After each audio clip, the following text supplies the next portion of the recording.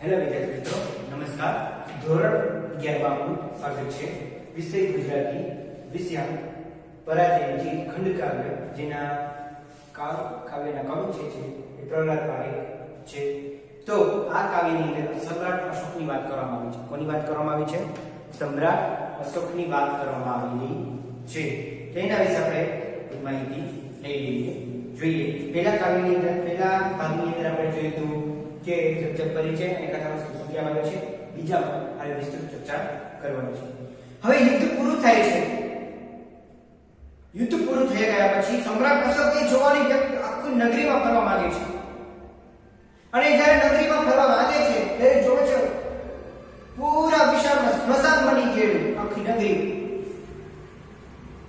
એને જીતીને શું કરવું છે એ કહેવા માંગે છે કે અશોક રાજા અશોકના મનમાં ચાલતું મનોમંથન અહીંયા થઈ છે. મગધના રાજવી અશોકે કલિંગ પર ચડાઈ કરીને જીત મેળવી.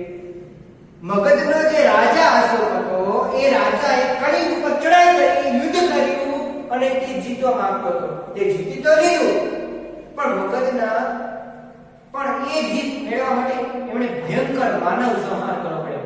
એ જીત મેળવવા માટે ભયંકર માનવનો સંહાર કરવો પડ્યો. માનવને મારવા પડ્યા. માનવ સંહાર કરીને તેને જીત મેળવી લીધી. જીત પછી રાજા અશોક કેટલાક મસાલ છે ને લઈને મસાલ હાથમાં મસાલ પકડીને ત્યાં નગરીમાં ઘૂમવા માંગતા હોય છે. મસાલને દ્રશ્ય જોવા જાય છે. આખું દ્રશ્ય નગરીનું દ્રશ્ય જોવા જાય છે. આખી નગરીનું સમગ્ર નગરી સ્મશાનમાં પલટાયેલી દેખાય. સમગ્ર નગરી સ્મશાનમાં પલટાયેલી દેખાય છે. અને ચારે બાજુ મૃતદેહ, માનવદેહ ને જોઈ તેમનું હૈયું પશ્ચાતાપથી લેપાઈ જાય છે. જીતે રહ્યો હોવા છતાં હારી ગયો એવું અશોક સમ્રાટનું છે. જે કલિંગ પર ચડાઈ કરવાની હતી એ કલિંગ રાજા આખું જીતી લીધું. જીતી લીધા પછી આખી નગરી જોવા જાય છે. અને નગરી જોયા પછી તેને આખી નગરી સ્મશાન જેવી લાગે છે. પછી તે પશ્ચાતાપ આવ્યો. હું આમને મારીને વખરા જે હડે તો રાજ કોના ઉપર કરીશ? મેં આ બધા માનવને મારી નાખ્યા.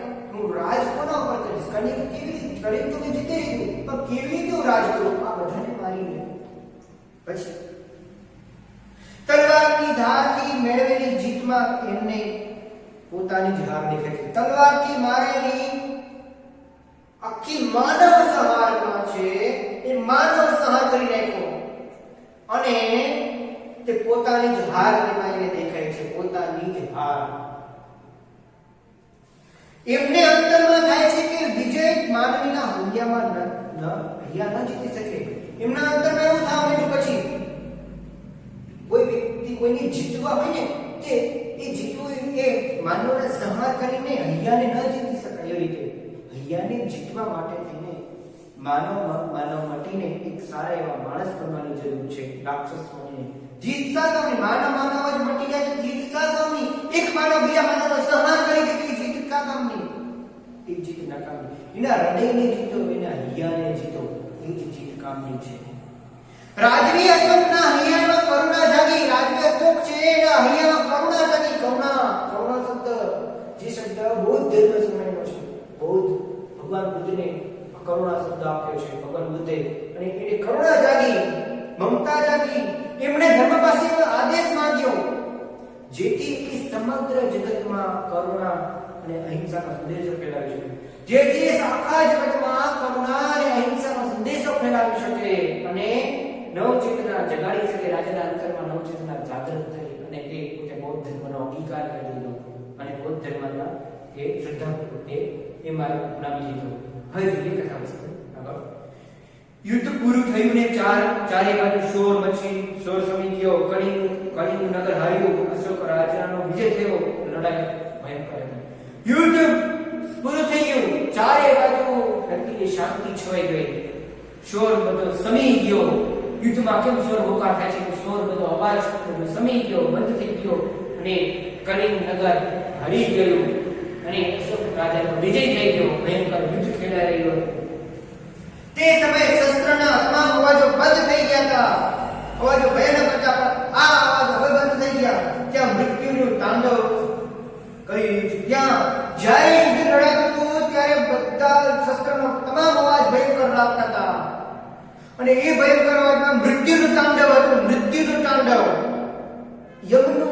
અહીંયા રજૂ કરવામાં આવેલું હતું. જીવનના બધા જ મધુર સ્વરો પ્રચંડ યુદ્ધમાં અતિગર્જના કરવા લાગ્યા. જીવનના જે બધા જ સ્વરો રહ્યા એ સ્વરો નાદ રહ્યા એ પ્રચંડ યુદ્ધમાં પરિણમ્યા અને આખું વિલેન થઈ ગયા, ડૂબી ગયા. બહુ દિવસો પછી પદપ્રહારનું તાંડવ નૃત્ય સુન્યું. ઘણા દિવસો પછી તે તાંડવ નૃત્ય તે સમય બંધ થઈ ગયું સાવ. પરાજિત કલિંગ નગરીમાં ચારે બાજુ શાંતિ છવાઈ ગઈ. પરાજિત કલિંગ નગરીમાં ચારે બાજુ શાંતિ છવાઈ ગઈ. એક પણ અવાજ ના આવે એવી રીતે શાંતિ છવાઈ ગઈ. પરંતુ આ શાંતિ યુદ્ધથી પણ વધારે ભયાનક હતી. આ શાંતિ કેવી યુદ્ધથી પણ વધારે ભયાનક હતી. યુદ્ધ થતું તો સ્વર્ગકાર થતો તો મૃત્યુ થતા એક પછી બધા જ્યારે બધાના મૃત્યુ થઈ ગયા, બધાનો માનસ થઈ ગયો ત્યારે એકદમ શાંતિ છવાઈ ગઈ, સ્મશાન જેવી. અને એ શાંતિ છવાઈ એ ભયાનક શાંતિ લાગતી હતી. નિરાશ નગરી આંખોમાંથી આંસુ સારતી એ અસહાય હતી. આજે એની સ્થિતિ કરુણાજનક દયાજનક મળી હતી. મૂળમાંથી ઉખડી ગયેલું મૃદુ મેણ જેવી પડી ગઈ હતી. મૂળમાંથી કેમ બેડ ઉખડી જતી હોય એવી રીતે તે પડી ગયેલી હતી. આખી શાંતિ. બધા નતા મર્યા પણ જે સગાવાળા હતા એ બધા આજુબાજુ રોકકળ કરતા હતા. પોતાના સગાવાળા રાજાએ મારી નાખ્યા બધાને. કોના ઉપર જીત મેળવી છે? રાજ્ય ઉપર જીત મેળવી છે કે માનવના હૈયા ઉપર જીત મેળવી છે? હંમેશા માનવના હૈયા ઉપર જીત મેળવો, રાજ્ય ઉપર જીત નથી મેળવવાની. રાજ્ય આજે છે કાલે નથી, પણ માનવ જિંદગી પર હૃદયની અંદર રહેશે તો ઉપયોગમાં જરૂર આવશે. આજે સમ્રાટ અશોક પોતાની છાવણીમાં એમના વિજયનું રટણ કરી રહ્યા છે. એમની આંખોમાં અભિમાનનું તેજ છે. આજે સમ્રાટ અશોક તેની છાવણીમાં તેના ઝૂંપડામાં તે જાય છે, છાવણીની અંદર જાય છે અને તે પોતે વખાણ કરી રહ્યા છે અને વિજયનું રટણ કરી રહ્યા છે. તેની આંખોમાં અભિમાન છે, તેજ છે. એકાએક રાજાના મનમાં એવી લાગણી સ્ફુરી. એકાએક રાજાને એવી લાગણી સ્ફુરવા માંડી. હું જાતે વિજય જોતા હું હાલો હું જાતે વિજય જોતો કેવો આનંદ થાય છે. વિજય મળ્યા પછી જાતે જોવે તો મગજની તલવારની ધાર કેવી તીક્ષ્ણ છે. જાતે જોવે છે તો મગજની જે તલવારની ધાર જે છે તે તીક્ષ્ણ બની રહી છે એવું લાગી રહ્યું છે. પછી જોવે છે અભિમાનનું તેજ દૂર થયું ને અધિકાર વ્યાપી ગયો. અભિમાનનું તેજ દૂર થઈ ગયું. આખી નગરીમાં ફરે છે જોવે છે ત્યારે અભિમાનનું જે તેજ પરંતુ કલિંગમાં આજે એવો ફરક સહેજ પણ નહોતો. હૃદયમાં અને બહાર એક જ પુષ્કળ અંધકારને જુએ છે. પોતાની જીત જોવા જાતે અંધારાના સ્મશાનસી નગરીમાં પ્રવેશે છે અને માર્ગમાં પ્રકાશ પાથરવા કેટલાક મસાલચીઓ એમની સાથે રહેતા છે.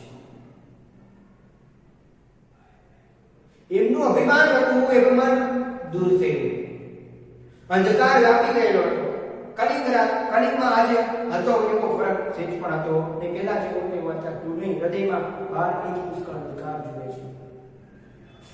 પોતાની જીત જોવા જાતે રાજા જાય છે ત્યારે સ્મશાનની નગરીમાં પ્રવેશ કરે છે અંધારામાં અને પ્રકાશ પાથરવા કેટલાક મિસાલ છે ત્યાં પ્રકાશ પાથરવા પ્રકાશ કરો કે મારી નગરી કેવી છે, મારી જોડી છે જીત્યા પછી. ત્યારે બીજું કોઈ નહીં. રાજાના સૌ મસાજ રસ્તેથી સભોની વચ્ચોવચ્ચ આગળ નીકળે છે. રાજાની જીતની ગાથા આખી નગરીમાં, રાજમાર્ગમાં, મહોલ્લામાં સભોના સમૂહથી લખાઈ રહી છે. સૌ બધી જગ્યાએ ગલીમાં જાય, મહોલ્લામાં જાય, ગમે તે બધી જગ્યાએ સભ, બધી જગ્યાએ મૃતદેહો પડેલા જોવે છે અને રાજમાર્ગની અંદર પણ મૃતદેહો પડેલા છે. રાજા ડાબી જમણી બંને બાજુ નજર ફેરવે. જેમ જેમ ગાથા વાંચતા જાય એના અર્થ કરતા જાય તેમ તેમ તેમના જીતનો અર્થ સમજાય છે. જેમ જેમ તે આગળ જતા જાય છે આજુબાજુ ડાબી જમણી બધી બાજુ જોતા જાય, જેમ જેમ જતા જાય તેમ તેમ તે જીતનો અર્થ તેને સમજાય છે. જીત કેવી રીતે મેળવી એનો અર્થ ધીમે ધીમે તેને સમજાય છે. રાજાના અંતમાં આજે કોઈ અપૂર્વ પ્રતીતિ થાય છે કે જીતનો અર્થ આવો ભેકાર હશે એવું ક્યારે જાણી નથી. જીતનો અર્થ આવો ભેકાર હું કોના ઉપર રાજ કરું? જે માનવી મરી ગયા તે મૃત્યુ પામ્યા છે એના પર કેવી રીતે રાજ કરીશ? રાજાએ નગરી તો નહીં લીધી પણ ત્યાં રહેવા તો કોઈને કોઈ પર રાજ કરવાનું તો હોવું જોઈએ ને.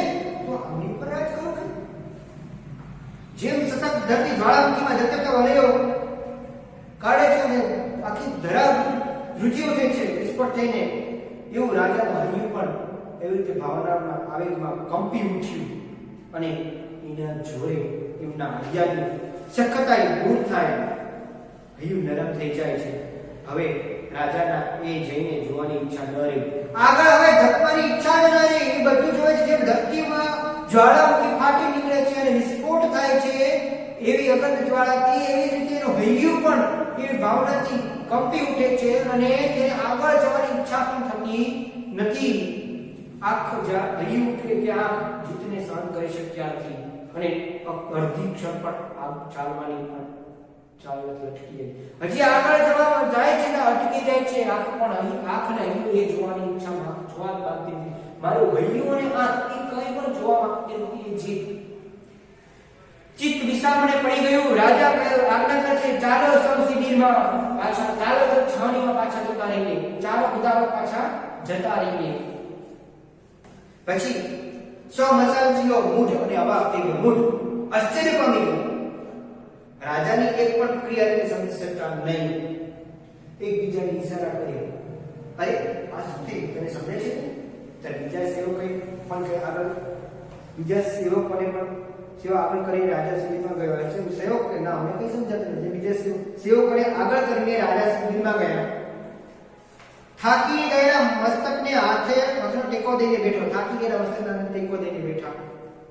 આંખો બંધ કરી તોય વિજય ભયંકર ઉતાવળ દ્રશ્યો સામે આવે, દૂર કરી શક્યો નહીં. દ્રશ્ય જે છે ટેકો દઈને બેઠા છે આમ, અને દ્રશ્યને આ ભયંકર ઉતાવળ ભયંકર યુદ્ધના દ્રશ્યો દેખાય છે, પણ તે બંને અંદરથી ઘુસાતા નથી. હજારો હૈયાને પોતપોતાની દુનિયામાં સાથે મેં અરે સંહાર કર્યો. હજારો હૈયાને, હજારો માનવોનો મેં સંહાર કર્યો. ક્યાં? કેમ? એમના જીવિત હૃદયને ખંડિત કર્યા. જે દોષિત છે ને મારા કઈ નિર્દોષ પણ કેટલાય મરી ગયા છે એની સાથે, એમનો મેં સંહાર કરેલો છે. એ મારી મહાનતા, એ મારી મહાનતા કહેવાય છે. એ મારો વિજય, એ મારું ગૌરવપણું. અને ભૂમિની ઉપર જય મારો જય મનાવો. આજે રાજાને હૈયામાં અતિશય ઉચાટ થઈ રહ્યો હતો.